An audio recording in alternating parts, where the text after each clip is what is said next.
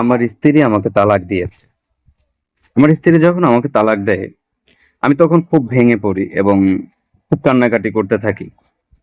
এমতো অবস্থায় আমার পরিবারের লোকজন আমাকে সান্ত্বনা দেয় যে, সে একজন মেয়ে মানুষ হয়ে যদি তোকে তালাক দিতে পারে, তাহলে তুই কেন তাকে তালাক দিতে পারবি না? তুইও তাকে তালাক দিয়ে দে।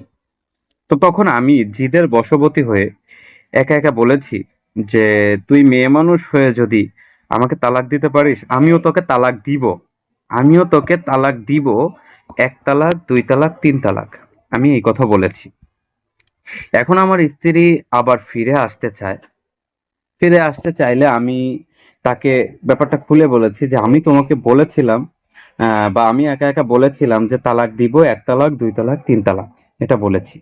এখন এমতো অবস্থায় কি আমার স্ত্রীর তালাক হয়ে গিয়েছে কিনা, এ কথাটা আমার একজন মুসল্লি গতকাল বাদ এশা আমার কাছে জিজ্ঞাসা করেছে যে, আমার স্ত্রীকে আমি একা একা বলেছি যে তালাক দিব, এবং ৩ তালাক বলেছি।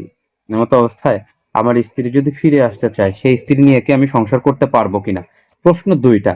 একটা হলো, আমি যেভাবে তালাক বলেছি এতে কি তালাক হয়েছে কিনা? ২ নাম্বার, আমার স্ত্রী যে আমাকে তালাক দিয়েছে, এতে কি আমার স্ত্রী তালাক হয়ে গিয়েছে কিনা? সম্মানিত মুফতি সাহেবগণ যারা আছেন তাদের কাছে আমি বিনীতভাবে অনুরোধ করব এই মাসালাটার একটা সঠিক সমাধান দেওয়ার জন্য, যাতে করে আমি আমার মুসল্লিকে সঠিক সমাধানটা দিতে পারি। আমি নিজেও এই মাসআলার ব্যাপারে একটা মতামত বের করেছি, কিন্তু যেহেতু তালাকের মাসালা, সেক্ষেত্রে আমার কাছে মনে হয় যে আহ, বিজ্ঞ কয়েকজন মুফতি সাহেবের সমন্বয়ে একটা ফলাফল আসলে বেশি ভালো হতো। দয়া করে সবাই একটু মাসালাটা সঠিকভাবে দেওয়ার জন্য সহযোগিতা করবেন। আসসালামু আলাইকুম ওয়া রাহমাতুল্লাহ।